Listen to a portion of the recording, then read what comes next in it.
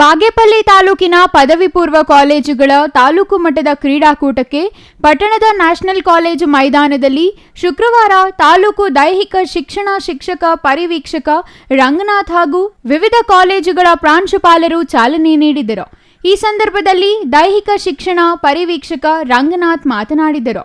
ದೈಹಿಕ ಶಿಕ್ಷಣ ಪರಿವೀಕ್ಷಕ ರಂಗನಾಥ್ ಮಾತನಾಡಿ, ಶಿಕ್ಷಣದ ಜೊತೆಗೆ ಕ್ರೀಡೆಯನ್ನು ಸಮತೋಲನವಾಗಿ ನೋಡಬೇಕು. ಕ್ರೀಡೆಯಲ್ಲಿ ಸೋಲು ಗೆಲುವನ್ನು ಸಮಾನವಾಗಿ ಸ್ವೀಕರಿಸಿದಾಗ ನಾವೆಲ್ಲರೂ ಒಂದೇ ಎಂಬ ಮನೋಭಾವ ಮೂಡುತ್ತದೆ ಎಂದು ತಿಳಿಸಿದರು. ಸರ್ಕಾರಿ ಬಾಲಕಿಯರ ಪದವಿ ಪೂರ್ವ ಕಾಲೇಜು ಪ್ರಾಂಶುಪಾಲೆ ರೂಪಾ ಮಾತನಾಡಿ, ಶಿಕ್ಷಣ ಮತ್ತು ಕ್ರೀಡೆಯಲ್ಲಿ ಬಾಗೇಪಲ್ಲಿ ವಿಶಿಷ್ಟತೆ ಮೆರೆಯಬೇಕು. ಕ್ರೀಡೆಯಲ್ಲಿ ರಾಷ್ಟ್ರಮಟ್ಟದಲ್ಲಿ ಹೆಸರು ಪಡೆಯಬೇಕು. ಕ್ರೀಡಾಪಟುಗಳು ಇಲ್ಲಿನ ಮಣ್ಣಿನ ಗುಣವನ್ನು ದೇಶಕ್ಕೆ ಸಾರಬೇಕು ಎಂದು ಸಲಹೆ ನೀಡಿದರು.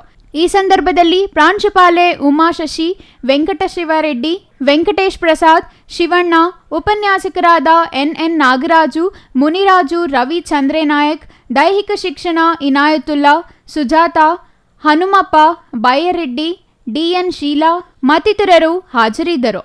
Ganesh, CTV news, Bagepalli.